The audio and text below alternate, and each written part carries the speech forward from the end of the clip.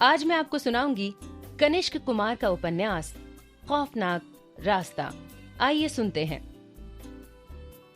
देहरादून शहर में दोस्तों का एक ग्रुप। यार बहुत दिनों से ना कहीं घूमने नहीं गए हैं, क्यों ना इस वीकेंड पिकनिक पर चले? रिंकी ने कहा। हाँ यार, मसूरी हिल स्टेशन चलें?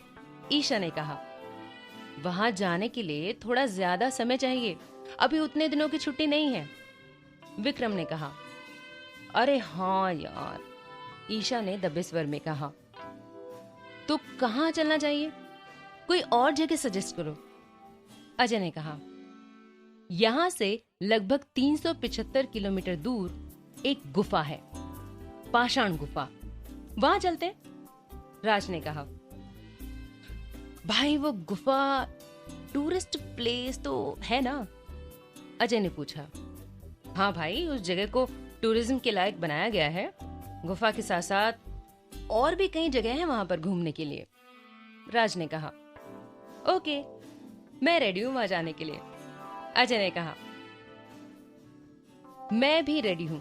ऑफिस में एक दिन सैटरडे के लिए एप्लीकेशन डाल देंगे तो हमको पूरे 2 दिन की छुट्टी मिल जाएगी, विक्रम ने कहा।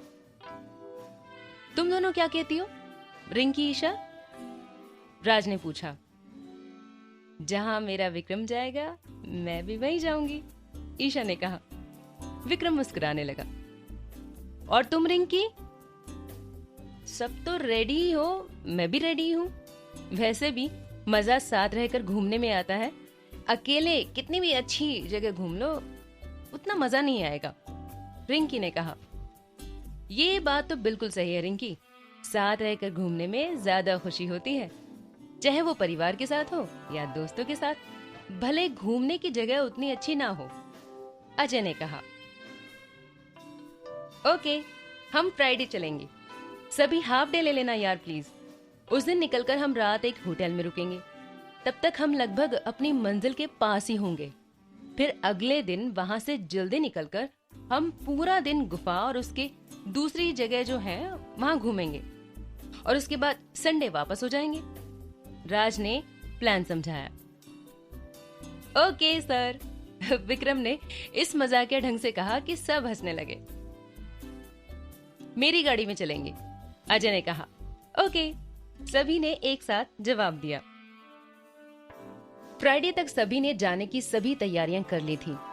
हाफ डे में ऑफिस से निकलने में किसी को कोई खास परेशानी नहीं आई। सभी राज के घर दोपहर 3 बजे तक इकट्ठे हुए। अजय भी अपनी कार स्विफ्ट डिजायर में जो लाल रंग की थी, सभी तैयारियों के साथ वहां पहुंच गया। शाम के लगभग 4 बजे तक वे निकल गए। अब वे सड़क पर थे। अजय ड्राइव कर रहा था, राज उसकी बगल वाली सीट पर बैठा था। रिंकी, ईशा और विक्रम पिछली सीट पर बैठे थे। रास्ता पता है ना राज? अजय ने पूछा। रास्ता मुझे पता तो नहीं है, पर इतना पता है कि शहर से बाहर निकलकर आगे थोड़ी दूर चलने के बाद लेफ्ट लेना है। वो रास्ता सीधा पाषाण गुफा पहुंचता है। ये लो, मुझे लगा तुझे रास्ता पता होगा, विक्रम ने कहा। अरे मैं भी पहली बार जा रहा हूं, बस सुना था उस गुफा के बारे में। चलो कोई बात नहीं, रास्ता तो पता चल ही जाएगा, रिंकी ने कहा। अजय कार को लगभग 130 किलोमीटर प्रति घंटा की रफ्तार से चला रहा था। इस पर राज ने उसे टोका। थोड़ा धीरे चला भाई अजय। भाई ये स्पीड तो ठीक है, हम जल्दी पहुंच जाएंगे, अजय ने कहा। भाई तुझे पता है ना आजकल कितने रोड एक्सीडेंट्स होते हैं और उनमें ज्यादातर हमारे जैसे यंगस्टर्स होते हैं। अच्छा लगेगा क्या हम पांचों भी ऐसे ही किसी एक्सीडेंट में मर जाएं? राज ने कहा।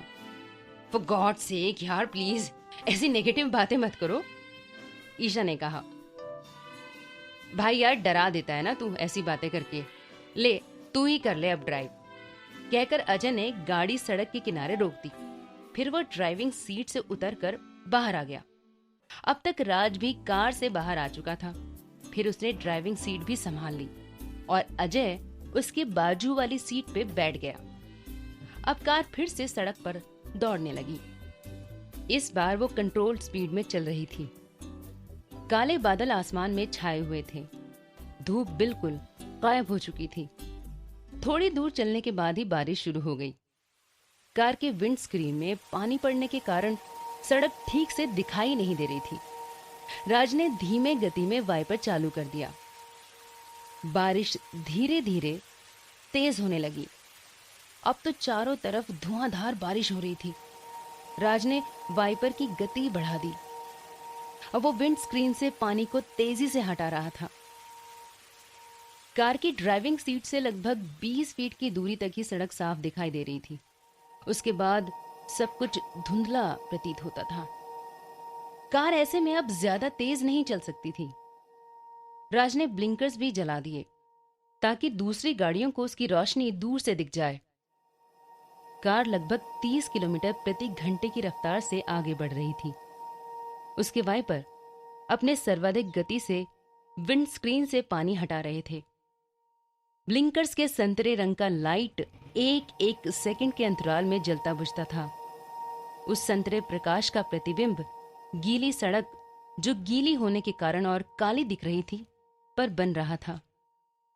अजय ने कार का म्यूजिक प्लेयर ऑन किया और उसमें गब्बर फिल्म का गाना लगा दिया। गाना चलने लगा। तेरी मेरी कहानी है बारिशों का पानी, बन के जो इश्क बरसे तेरी मेरी कहानी। वाओ यार, कितना औसम मौसम है। कहने के साथ ही ईशा अपना मोबाइल निकालकर बाहर के नजारे को कैमरे में एक वीडियो के रूप में कैद करने लगी। और हमारे रोमियो भाई को अपनी गर्लफ्रेंड के पीछे मजा आ रहा है या नहीं? अजय ने पूछा। हाँ भाई, बहुत, इस रोमांटिक मौसम में तो और भी ज्यादा, विक्रम ने जवाब दिया। सभी हंसने लगे। वैसे तुम क्यों पूछ रहे हो? लगता है तुम्हें भी एक गर्लफ्रेंड दिलवानी पड़ेगी, ईशा ने कहा। हाँ यार अजय, तुम भी अब कोई लड़की ढूंढ ही लो, रिंकी ने कहा। हाँ यार ईशा, दिलवा दो यार कोई लड़की, मेरी लाइफ में तो कोई आता ही नहीं। वैसे रिंकी, तुम भी तो सिंगल हो, तुम ही बन जाओ ना। रिंकी झेप गई और सभी हंसने लगे। राज कुछ नहीं बोल रहा है। राज, तुम्हारी लाइफ में कौन है? ईशा ने पूछा। कोई नहीं, अभी तक कोई लड़की मिली ही नहीं, राज ने कहा। अरे ये बहुत सीक्रेट्स रखता है, बताता ही नहीं है, विक्रम ने कहा। अरे कोई होगी तो तुम लोगों को जरूर बताऊंगा यार, सच में नहीं है यार। चलो ठीक है मैं और राज भाई भाई, अजय ने इस तरह से कहा कि सभी को हंसी आ गई। अच्छा कोई गूगल मैप देखो, लेफ्ट में एक रास्ता यहीं कहीं से कटा होना चाहिए, राज ने कहा। नेटवर्क नहीं है मोबाइल में, विक्रम ने कहा। शिट यार, अजय झुंझलाया। किसी के मोबाइल में भी नहीं है क्या नेटवर्क? राज ने पूछा। नो, रिंकी ने जवाब दिया। अरे यार, यहीं आसपास तो होना चाहिए रास्ता, हम शहर से काफी दूर आ गए हैं। निकल तो नहीं गया? नहीं यार, नहीं निकला है।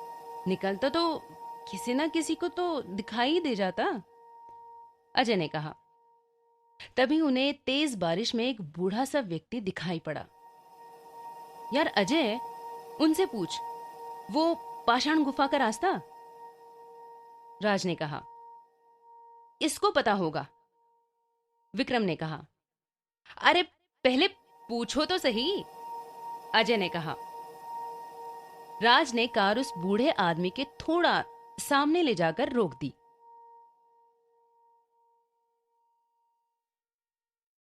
कार के वाइपर भी चल रहे थे और ब्लिंकर भी चालू था। अजय ने खिड़की का कांच नीचे किया और पूछा, बाबा, ये पाषाण गुफा का रास्ता कहां से है? जब वो नहीं सुना तो अजय ने दोबारा कहा, बाबा। इस बार वो पलटकर अजय की तरफ देखने लगा। उसे देखकर अजय एकदम डर गया। वो देखने में काफी भयानक लग रहा था।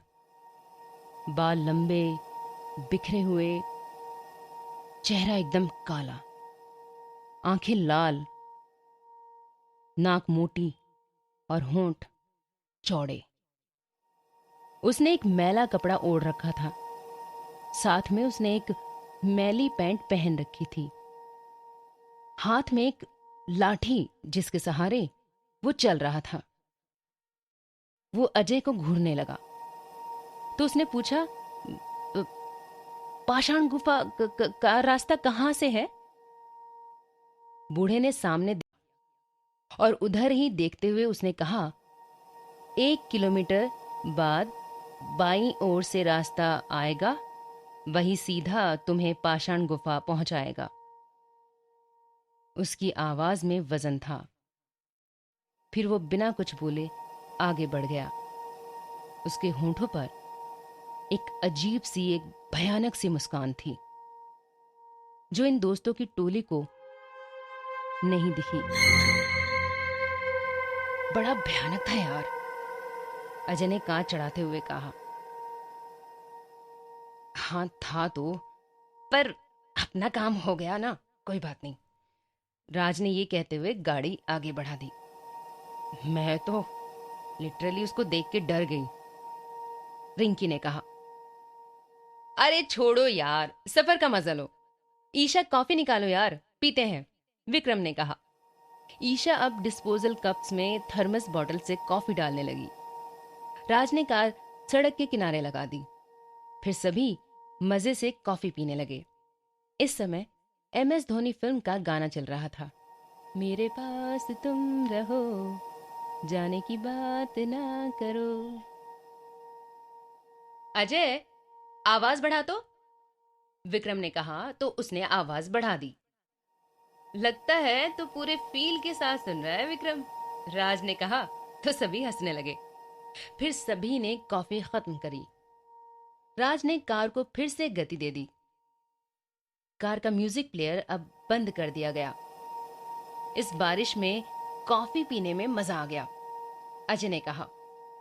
कॉफी रखने का आइडिया तो मेरा ही था, ईशा ने मुस्कुराते हुए कहा। और उसे अभी पीने का मेरा, विक्रम ने कहा। सभी मंद मंद मुस्कुराने लगे। अब वो बायां मोड़ आ गया।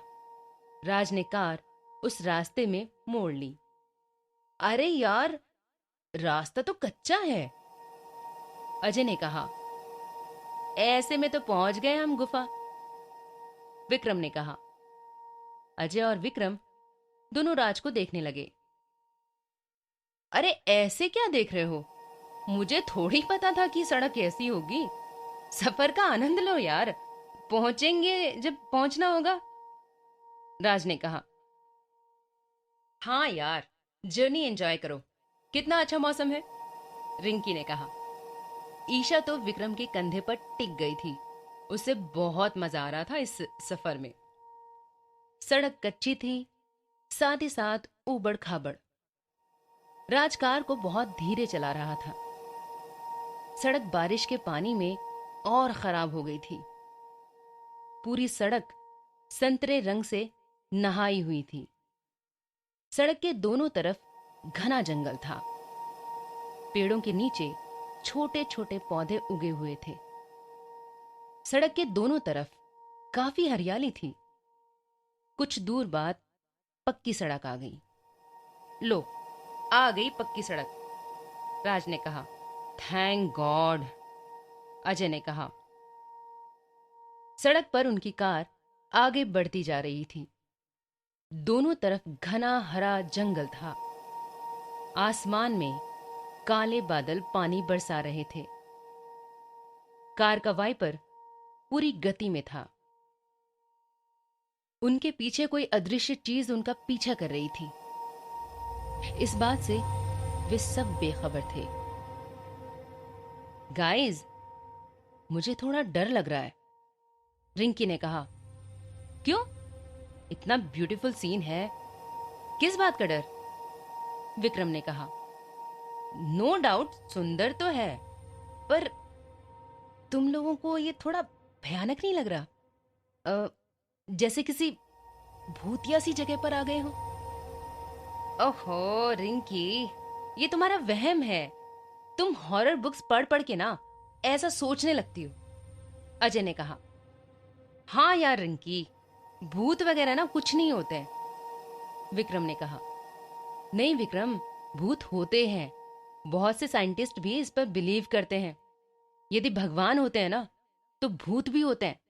If positive energy is there, then there will be negative energy also, Raj ने कहा। ओह, पर तुम्हें कैसे पता? एक बार कनिष्क ने बताया था। तभी अचानक से कार चलते चलते बंद हो गई, सड़क पर रुक गई। अरे क्या हुआ? अजय ने पूछा। पता नहीं, कार अचानक से बंद हो गई, राज कार को स्टार्ट करते हुए बोला। चाबी घुमाने पर कार स्टार्ट होने की आवाज तो आ रही थी, पर स्टार्ट नहीं हो पा रही थी।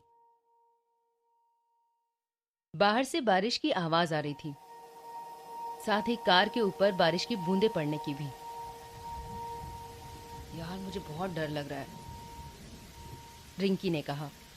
अरे डरो मत, कभी कभी बरसात या ठंड के मौसम में गाड़ियों में ऐसी स्टार्टिंग ट्रबल आ जाती है। मैं उतर के देखता हूँ, कहकर राज छाता लेकर उतर गया। उसने बोनट खोल दिया। अजय भी कार से उतरकर राज के पास पहुंच गया। राज बैटरी से लगे एक तार के नट को हाथ से टाइट कर रहा था। एक हाथ से उसने छाता पकड़ रखा था।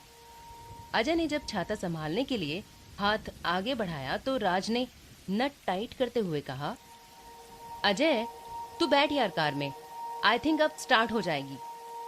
ओके, कहकर अजय कार के अंदर आ गया।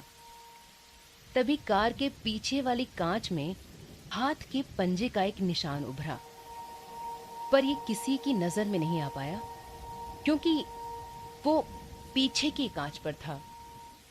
राज ने जब बोनट बंद किया तो रिंकी ने किसी को राज के पीछे खड़े हुए देखा। उसके बाल लंबे और काले थे, चेहरा पूरा सफेद, आंखें पूरी तरह से काली, जिनमें छोटे छोटे दो सफेद पुतली जैसे गोले दिखाई दे रहे थे। होंठ काले थे, जो जगह जगह से कटे थे। उसके गले में एक कटे का निशान था। शरीर भी पूरा सफेद, उसमें सफेद रंग का कपड़ा लिपटा हुआ था। शरीर में नीले काले रंग की नसें दिखाई दे रही थी। वो देखने में किसी लड़की की भूत लग रही थी। वो इस तरह से भयानक लग रही थी कि जो देखे उसका दिल दहल जाए। वो बारिश में बिल्कुल भी गीली नहीं हो रही थी। Oh oh oh my God, oh my God, Raj बचो, जल्दी से अंदर आओ, देखो कोई है उसके पीछे। रिंकी डर के मारे जोर जोर से चिल्लाने लगी। अरे अरे देखो, उसके पीछे कोई है। वो अपनी जगह में बहुत ही बेचैनी के साथ हिल रही थी और राज को इशारा कर रही थी। उसके इशारे को बाहर से राज ने देखा। उसे समझ नहीं आया कि वो कहना क्या चाह रही है, क्योंकि कार की कांच अंदर से बंद थे, तो उसकी आवाज राज तक नहीं पहुंच रही थी। अजय, विक्रम और ईशा ने भी बाहर देखा।